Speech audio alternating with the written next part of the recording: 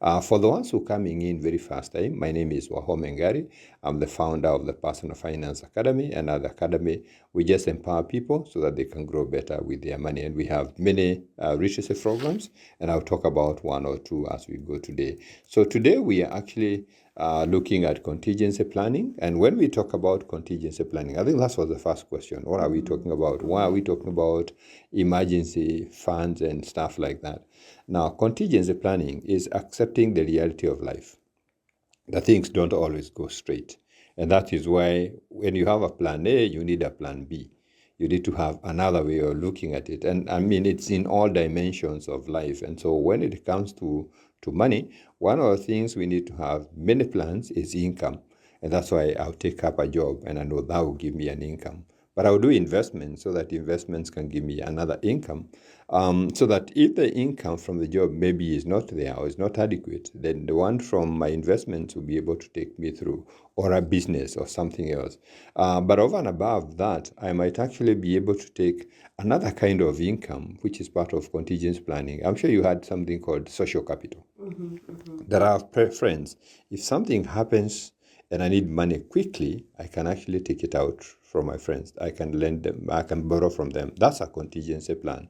It can be a contingency plan that I am a member of a cooperative. If I require an emergency loan, I can pick it up from there. So there are obviously many of these, but ideally in contingency planning, there's the necessity for us to appreciate that life can throw lemons at us.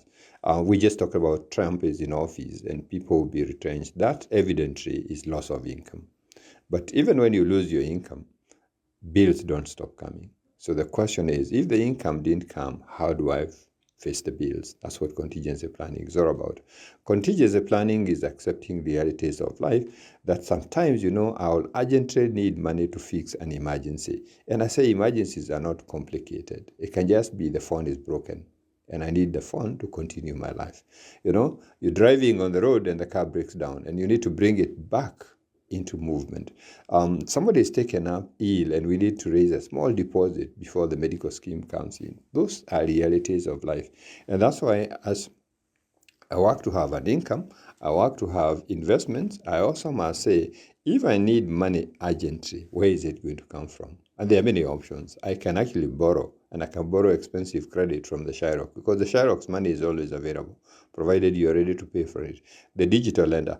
But it is much better if I'm able to get that money without having to pay a lot of interest. And that's why I need to have a savings. And that savings is what we call the emergency fund.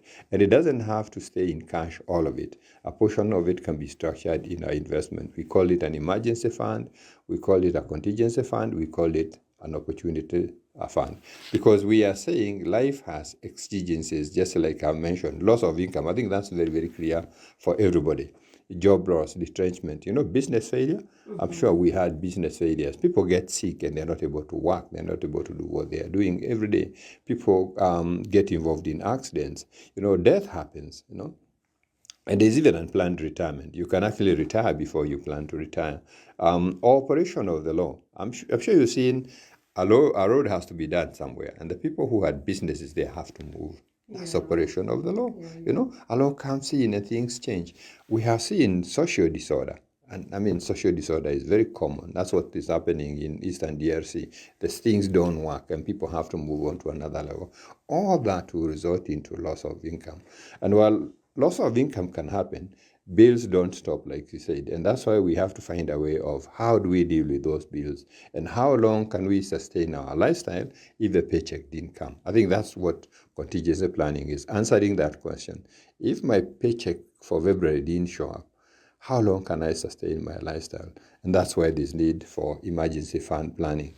We also have financial emergencies, like you said. I think I talked about medical. I talked about bereavement. Those things do happen. I talked about car failure or insurance excess. Yeah, people who drive, you're driving so well. The matatu just hits you. And the insurance people say, we'll repair your car, but you need to pay your excess. You need to raise the money. And they will not start repairing if you don't pay your excess. Now, you need the money very urgently. We talked about the broken phone or the stolen phone. Our parents have wonders sometimes. Children just try whether your phone can float. And they throw it in water. They're your children. There's not much you can do. But where is the money to address those things? Turning to the Shyrock, turning to the digital lender is very, very expensive money. Maybe turning to the SACCO can be an idea. But you know what? If something happens on Friday, the SACCO is most likely going to help you on Thursday the week after. Surely, many emergencies cannot wait for that long time. That time lapse will not be good. And that's why we set an emergency fund. And we said all we need to do is to work on savings and keep a portion of our money in a bank account somewhere where we can access it. And we have an ATM card. And in fact, that ATM, that pin of that ATM, we agree that we can share. Because sometimes, the emergency, I'm not speaking. And I need money to be helped. And I'm not speaking. How do people get the money, even if it is in the bank? So the other portion of the money, we said, yes, keep it in the money market fund. And somebody asked, how much money do we need? And I said, let's start with equivalent to a 1 month's income. And if you're able to do that, then we can try 3 months' income. Then we can try 6 months' income, which is much, much better. But we looked at the reasons why people struggle. And I think that's where the questions came. We looked at the reasons why people struggle, and that's where the questions came from. And we said one of the reasons people struggle is people don't understand, how can I have some money somewhere which I will not touch? I've seen a super nice dress or shoe, and you're telling me I'll have some money somewhere really I can't use for buying that.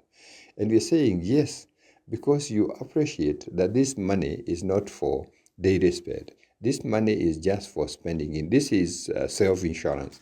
And working around that psychological trap becomes very, very difficult.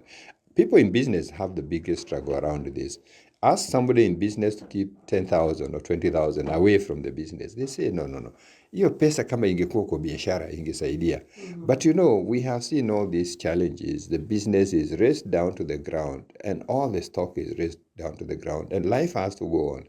And that's why we're looking at building it away from the business. So if you're wondering, we're saying, can you discipline yourself? When we were children and you bought something nice and you're told this one you're going to put on Sunday, it was difficult to wait until Sunday comes, you put your Sunday best.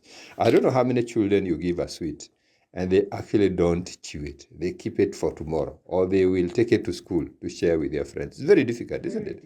But personal discipline is what we need, because personal discipline helps us to work with this mindset, because it's a challenge. But that money cannot help a lot if you use it for other things. It is for that specific purpose. And this is what we are calling self-insurance. In all the other insurances, we give the money to the insurance company. And when the situation arises, we go and ask them for help. But here we're saying keeping it ourselves. And that's why we said, where do you keep this money? Because that's part of the challenge that we have. Now, we said, let's keep it not in our normal transactional bank account. We need to keep it in a separate bank account. And we said, this you're going to share with somebody. So you have sort of an accountability partner that, yes, I've kept it here. And we actually say, define what an emergency is. What qualifies to get money from that account? Because not everything qualifies. And tell yourself, I defined what the emergency is. If I went out of income, if my phone broke down, if my car broke down, if somebody got unwell, those are the things. But it is not because my friends are going for holiday that I'll also grab that money and go on holiday, because that did not qualify. If we work around that, I think we can be able to deal with that mindset. We have kept it separate. We have an accountability partner. We have even defined what our emergencies are. I don't know whether with that kind of thinking, you think this can be able to work for us. Because if we don't get out of that mindset, yes, we'll try, we'll keep the money, but tomorrow we'll come and grab it and go for entertainment. Yeah. And it's nice that you've mentioned that we define our emergencies, because that is also a problem. We may be able to save up, but then again, what makes us take that money? And sometimes it's not, we are not disciplined enough. We even create these emergency situations, and we say, this is an emergency, and we justify it, and before we know it, we have removed and used that money that we had set aside, and then a real emergency shows up. Yes. So defining emergencies, very, very important. So if somebody was wondering, how do I discipline myself? Say, just name your emergencies. I am sure you can be accountable to yourself.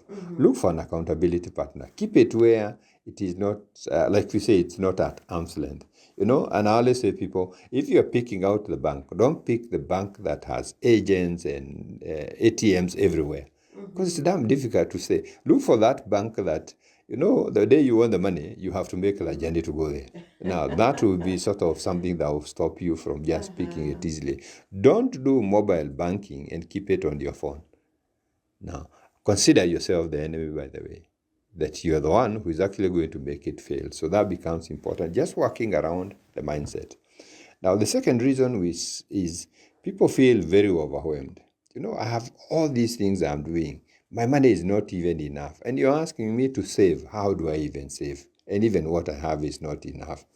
Now, this feeling of getting overwhelmed is real because we have issues of low income. We have people who are not consistent in budgeting. We have people with impulsive habits, you know, like I can't stop myself. I don't know how to stop myself. You know, you remember when you were young and sugar was around you? It was damn difficult to stop you from eating sugar, isn't it? And that happens a lot in life. So if you are feeling overwhelmed, you know, sometimes we take a reality check. I am feeling overwhelmed. I don't even have the income. What would have happened in the event of the emergency? It will actually throw me even deeper. And that's why we say, can I look for ways within my minimums? Can I look for a way to save, no matter how little? Whether I'm going to save a shilling or 5, it is a journey. And you're saying this journey is a step at a time. And so we say one of the ways of looking for this money is not necessarily just saving from what you have. It can actually be saying, what can I change in my expenses? What can I change in my habits? I am not able to save.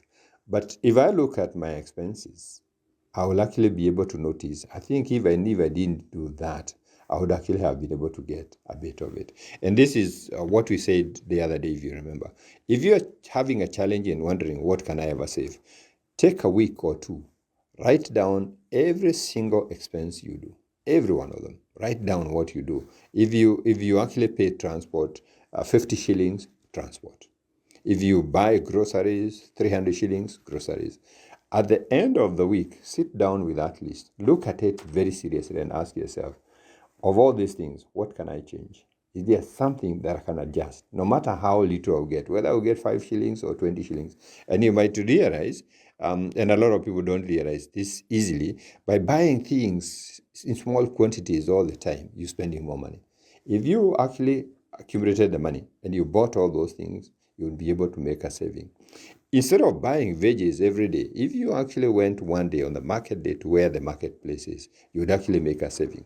That lifestyle change allows us to be able to deal with this idea of being overwhelmed. When you're feeling overwhelmed, just look at what are you doing. And you know, sometimes jogging and going to work can actually join up together. And so instead of using the mat, you walk if it's not very far away. Eating out in the restaurant can actually wait and you carry the food from home. You have still eaten, but you have eaten good food from home. So there are all those things that you can be able to look at. If you're able to look at all those things, you will not have a struggle. This idea of feeling overwhelmed, I don't have the income. In fact, the critical question to ask is, if things go wrong, what will I do? I do not want to sink even deeper. And unfortunately, when we don't ask ourselves that question, what happens? I face an emergency, I go to the SACCO and I take an emergency loan. I'm paying that and I have to pay. For most SACCOs, 1 year, I think max. Somewhere along the way, something else shows up. I can't go to the SACCO. So what do? I go to the Shyrock. What is the interest rate of the Shyrock? What options do I have not to pay the Shyrock's loan? That evidently means I have the money. When I'm pushed to the corner, I am getting it. What if I can get it without anybody pushing me? What if I push myself, not anybody else pushing me? Because it is expensive. That interest we are paying, that's the money we are saying, we can actually be able to save that. It's a question of somebody being determined and saying, whatever it takes, I will not do it in a day. I will not do it in a month. It may take me a year. but I will be able to get there. And I said, part of the reason that will make it rewarding for you, we are not saying keep all this money in cash. We're saying part of this money can go into an investment. If you put it in, say, a money market fund, evidently in 2 days you can actually access that money. But meanwhile, what is it doing? It is giving you a return. So it is actually getting invested. So you're getting your 10%, you're getting your 15% by the end of the month. If you do that, that whole thing of feeling I am very, very overwhelmed, then that becomes very, very difficult. I mean, get something that we can get over. So if somebody said, how do I start? The steps are very easy. And I'll give you the step. In fact, I have told them many times, if they get a copy of the wallet words, these things are well documented.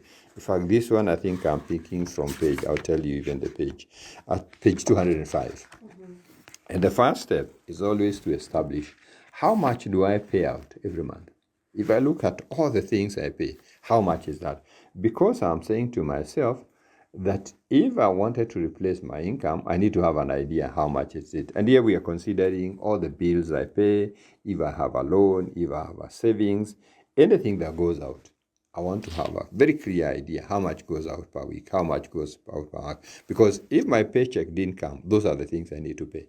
You know, the chama is saving, but they are expecting. Yeah. Because we it's that merry-go-round thing of ours.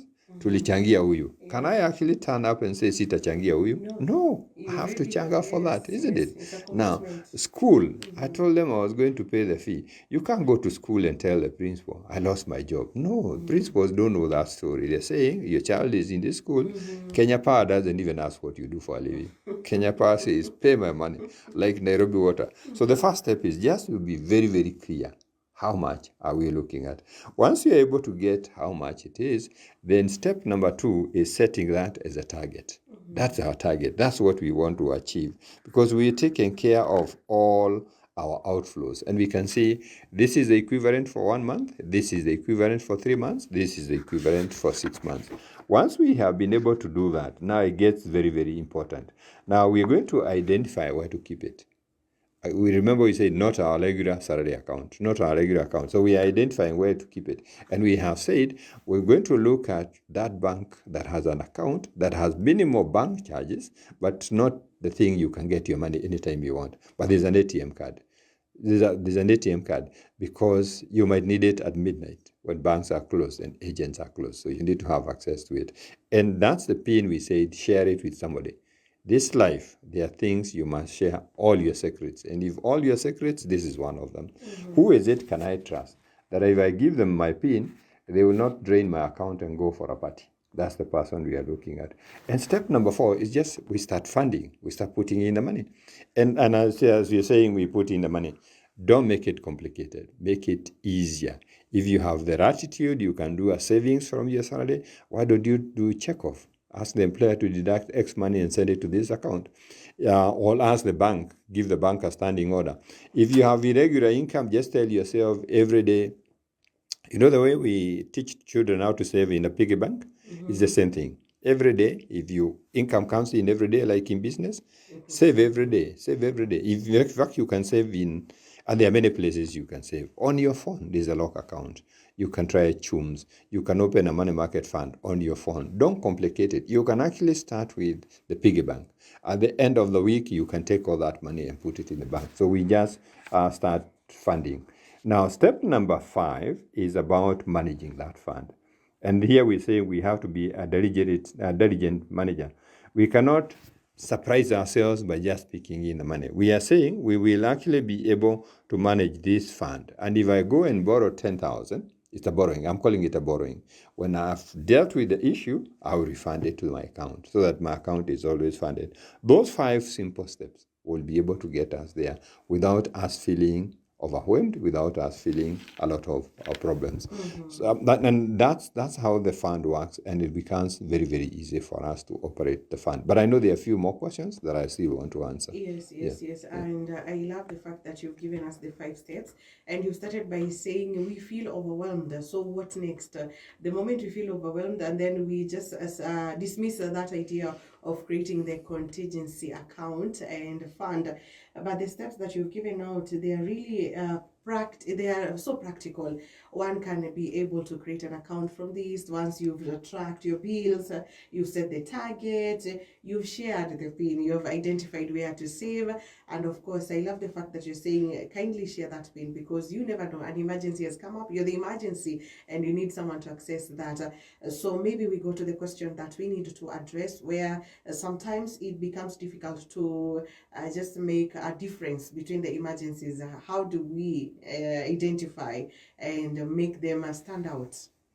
I think all of us, we have experience. Everybody has got there, either your own experience or something that you have seen.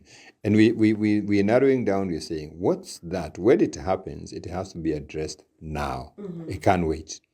Those are what we call emergencies. And that's why I'm giving simple examples. Yeah. The phone is broken.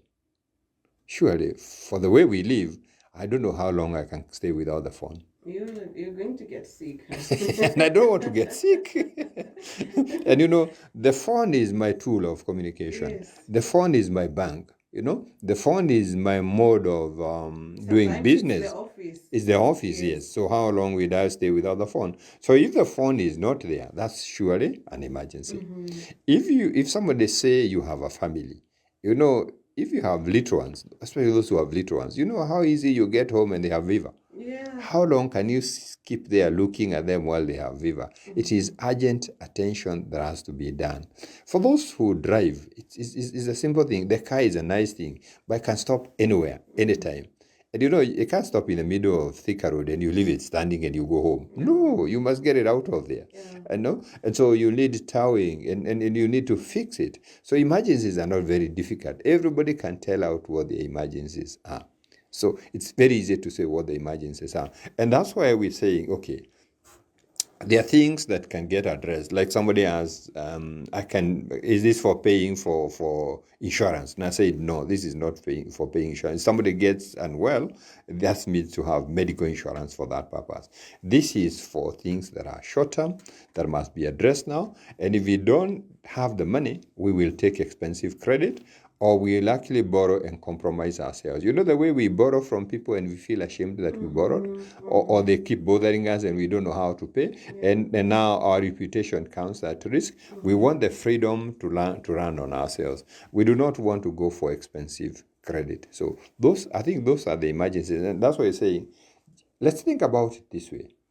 If I didn't have an income for a month, how do I continue my life? That makes it easier for us to say, how much do I need? And the day we're able to put equivalent to our 1 month's income, then it's easier now to say, okay, the next target is 3 months' income. Why 1 month's income? If we had disruption, we need to be covered for the first month for sure. If we are not covered for the next month, you know how much stress we face. When you're facing all that stress, are you even able to look ahead to see what else do I do? It becomes impossible. We have seen, like in this town, we have had fires in our markets. And you see how people get devastated. That first week, even before we say Serikali's idea, even Serikali doesn't idea on day 1 or day 2, if they will eventually help, it takes time. Even when we are mobilizing the community to help, it is not on day 1. You will actually see, okay, a situation has arisen, some village has burned somewhere. Now, Sunday when we meet in church, we are told now we need to donate. But this is 4 days later. Those 4 days, what are we able to do? How do you sustain yourself while the others are coming? Because in the emergency world, they say this, the first 3 minutes, in an emergency, you're always on your own. In the first 3 minutes, you're always on your own. And you see that, say, in an accident scenario. When it happens and there's dust in the air, everybody runs away. Nobody is taking care of the other. But in the next 3 hours, everybody who has been injured require all the attention. And that's what we must make with for the ambulance. We must see people as safeguarded, because if that doesn't happen, there can be consequences. And when we take you to hospital, we'll keep you there for maximum 3 weeks. Hey, week 1, we come. Flowers, cards, visiting. By week 3, kwani hajatoka? We are waiting. So, and that's why I'm saying now, after a month, you can clearly see you are on your own. And this happens all the time. Even when families are bereaved, people show up, they support. But after the month, you're always left alone. And that's why we need a month. Why do we need 3 months? In most professions, you can't just maybe lose your job today and have another job tomorrow. You need some time to go for interview and all those processes. And so that's why you need to be covered. You can't show up for an interview and the interviewer asking, what are you doing? And you tell them you're hustling. Now, they are unlikely to give you that job because they're not looking for hustlers. They are looking for professionals. And if your bills are getting paid and you're comfortable, it's easier that you have the confidence to say, I am actually looking for a job. So that's why the 3 months is very, very, very important. So even when we have, we're feeling overwhelmed, when we're feeling the money is not going to the right place, I think that becomes an important thing. And that's why I want to answer one more question I saw. What if I'm deep in debt? What do I do? Where do I start? Because that can be the reality. Yes, I want to save, but I'm totally deep in debt. Yeah, so that's the thing we want to look at. Now, when we look at it, when somebody is deep in debt, we actually ask ourselves, if an emergency came, what would happen? They will go deeper in debt. Okay, so would it be wise to wait to get deeper into debt or to create a safety net that can actually hold you so that you don't even fall below where you are?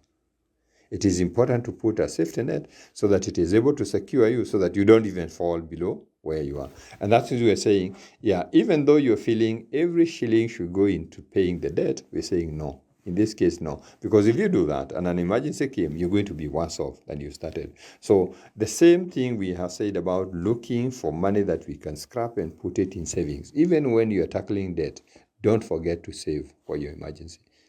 Make an effort. Even if you're going to do the minimum 1 month, just do that 1 month. It is going to secure yourself a lot. And I think this is something that you see a lot, many times when disasters strike and people do not have anywhere else to go. They don't have anything else to rely on. And life sometimes falls apart. And people take a lot of time in their life to ever come up again. And that's what we're talking about, having a balanced approach so that you're paying your debt, but you have a safety net. And sometimes for debt, we always think it's a big mountain, but it doesn't have to be a big mountain. You can make it a hill. If I owe Kate money and things are real tough, I can walk to her and say, Kate, I'll pay your money. I've been paying your money. Please give me more time. That breather that you get, and Kate can be what? The bank. It can actually be your friend. It can be somebody else. Whoever lends you money, they'll be happy for you to come and negotiate and continue paying than just default and run away. Yes, and that means there's a window. There's a safety valve that you can have. And that can give you the opportunity to make the savings we are talking about. Yeah. That is very wise, Mr. Wahome, because yes, being in debt, sometimes you may fail to understand how you can balance your finances. I think you have addressed this question that we received. I'm not sure, but I can just go through the question so that you see if you have addressed or you can maybe emphasize on it. Okay. And the listener said, you have described the emergency fund as saving that should caution us while when we lose our regular income. Such fund cannot be able to address a big unbudgeted emergency like an income. So how can one tailor such a saving to address bigger issues than daily regular expenses? I think this narrows down to the emergencies that we're talking about, defining the emergency. Sometimes so your emergency is not my emergency, and sometimes yours might be bigger, mine might be small. So how can we tailor for it to cater for bigger emergencies? I think there are things we do not want to hold in the emergency fund. Say like healthcare. Now, that we need medical insurance. Okay. Because that can be very, very hefty. We're not asking someone to hold 1,000,000 shillings in an emergency fund. Maybe if their income is 100,000, that does not make sense. So that's why we buy insurance. And that's why we say define your emergency. And I like what you've just said. Emergencies vary from person to person. We're discussing the phone, and to somebody else, the phone is not an emergency. They have stayed without it. So even if they lost it, they can continue to stay. For somebody else, they travel a lot. They have gone to the airport, okay, and they missed the flight. What they need to do is somewhere to manage to sleep overnight so that they catch the flight tomorrow. Can you see how different those emergencies are? They're very, very different from each person. So there are those things that cannot be contained in an emergency. That's why you say how much do I earn every month? The things that I can be able to address from my income on a monthly basis, those can fall in an emergency situation, and that's what we're looking at. Some things you may not. Some of us have expensive phones. We can't even if we took all our salary, we can't buy the phone. We have had to save for a period of time, and so we're saying everybody defines what the emergencies are, and you're saying if these emergencies arose, I want to avoid two things. I want to avoid borrowing expensive credit to address that thing. The other option is actually selling an asset. I am a farmer and an emergency has come up. Can I sell my goat? Probably yes. But am I going to fetch the best price? No. Because when you sell in a hurry, even if you sold your car or you sold your phone in a hurry, you're losing it. And that's what we want. We want to avoid. And somebody actually asked the other time, for most people, when they have savings, they see it as a nice place to borrow from. Or if it's not another place to borrow from, people see credit is so easily available. If I wanted to borrow now, I just turn to my phone. I'm sure there are many apps who will approve my loan within a few minutes. When I walk on the streets of town, I see your loan will be approved in, 4 minutes? And I say, credit is easily available. I can get it from the circle. I can get it from the bank. I can get it. But what about the cost of money? Is that something to pay attention? The faster the credit is available, normally the more expensive it is. Yes, because those people are not able to do due diligence. If they are not able to do due diligence, what will happen? They will actually be able to price that in the cost. So we should not be able to say because credit is easily available, because that credit is very, very expensive. And we are trying to run from expensive credit, because if you, and don't underestimate interest rates, don't underrate charges, because, and I've seen from a lot of people, when you sit down to do at the end of the month to analyze where money went, people get surprised how much they paid in penalties and charges and all those things. And they hadn't thought about it. Yes, I'm paying 10,000 in loan, but I'm paying it late, so they charge me a penalty. I defaulted that month, so the interest went up. Those charges are very, very high. What we are saying is we are creating a cushion. I think our listener called it a cushion. We're creating a safety net. We will fall, but we don't want to fall on hard earth. We want to fall on soft earth. Because when you fall on a softer earth, you can wake up faster. If you fall on hard earth, you might even be hurt. That's what we are trying to do when we are doing contingency planning. And that is what you're trying to avoid. And I think the goal as to why we're setting this emergency fund will drive us as to how often we're going to save.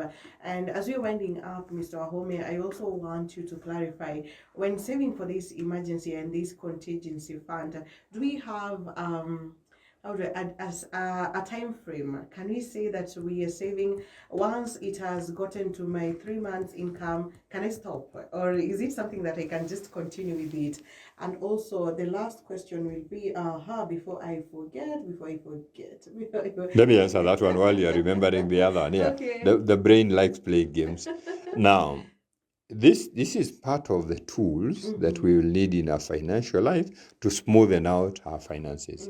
We don't want to disrupt our budgets. We do not want to get to a situation where we are borrowing unnecessarily. So that's what we are saying. If you can actually have an equivalent to your 6 months income, and remember, it's not cash. It's your investment structures. Now, you do not necessarily have to keep growing it. You grow it because your income goes up. Remember, when your income goes up, what happens? Your quality of life tends to go up. That means then you must also make sure the other one is balancing. That's what we're saying, equivalent to your 6 months income. So if your income goes up, what happens? The fund needs to go up, because you do not want to have a disruption that you have brought your quality of life down, boom, very fast. And we've seen, for those who are parents, we've seen this with children, unfortunately, with the very disastrous consequences when the quality of life just drops like this. I was talking to a psychologist, and they said they got a child, things went wrong, and they left town and they went to the village. Now, if you know most of our villages, we have the long drop toilet. and we do not have the washroom kind of thing we have here. And the child is so fearful to go into that room that makes interesting noise that they actually don't go to the washroom. And now they have a problem with the tummy. And that's why they have gone to the doctor. Now, can you see that changes abrupt? That affects, whether it's changing school, whether it's changing location, that for children, this becomes a real bad thing. It affects them a lot. And that's why we're saying, let's have a safety net.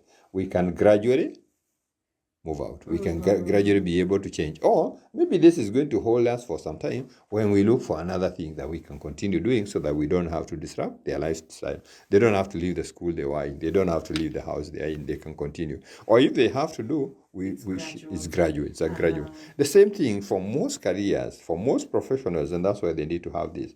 If you're in a profession and you went for an interview and there's a gap in your performance, the interviewing panel would always want to know, where did this gap come from? Because they want to see the continuity. Now, if you're not able to explain why the gap came, because sometimes when your finances go bad, you're not even busy looking for a job. You're looking for, how do I survive? How do I pay the bill? And you might actually find for a whole year, you're not even set to look for a job. Or even if you got a job, you got anything that came your way, away outside your profession. So when you come back to your profession, you have a window that sometimes you're not able to explain. This is going to help us to smoothen out that, a cushion, a safety net for us. Finally, I've remembered what I wanted to ask, and it's about borrowing from my emergency fund. Yes. Sometimes I think you mentioned that we need to pay back. If we took something, we need to pay it back, because sometimes we get comfortable, and the way you say, we steal from ourselves, and we take the money and we do not pay back. We take the money because we're so comfortable, there's no interest, it's my money, so I can just take it because I really need it now.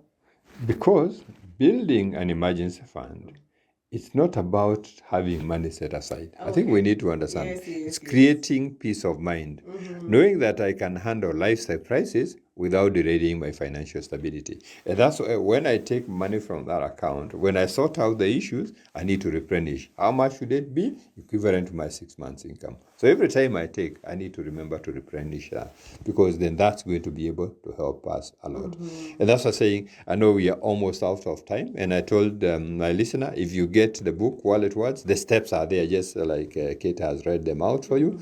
But if you want to get to understand more, I think that's why we have the Wealth Creation Masterclass. And we said, in 2025, somebody can actually say, me, I want to increase my ability to handle money, or loans or investment. That's exactly what is called financial intelligence. And because this is a structured program, it gets very easy for somebody to be able to do that. Tonight we have a class, and we have an interesting class because we are looking at investments. People always keep wondering, how do people make money in shares? Last year, the Nairobi Securities Exchange average returns were 56% for last year. Now people wonder, how does that happen? Tonight we'll be able to look at that. You must have had your friends who are doing forex trading, and sometimes they tell you they make as high as 30% per month. And I know somebody has tried and they lost all the money. It's also good to understand, how does that happen? People are making money. You might have heard about an investment called Mansa X. Yeah, last year they gave 24% return. And people are wondering, is that for real? Tonight we're going to look at that. Or even offshore funds. You had offshore funds. People want to lend to government and they do not know, hey, is my money safe? They lend government, I work, I lippy bills. We're going to be able to discuss that thing. And so for anybody who is interested, I think they are very, very welcome. But some people want to do the bigger program. And in March, we are starting a whole new season, an investment of 4 hours every week. 2 hours on Tuesday evening, 2 hours on Thursday evening between 7 and 9, and it's a virtual class. The class you take at home while you're sipping coffee.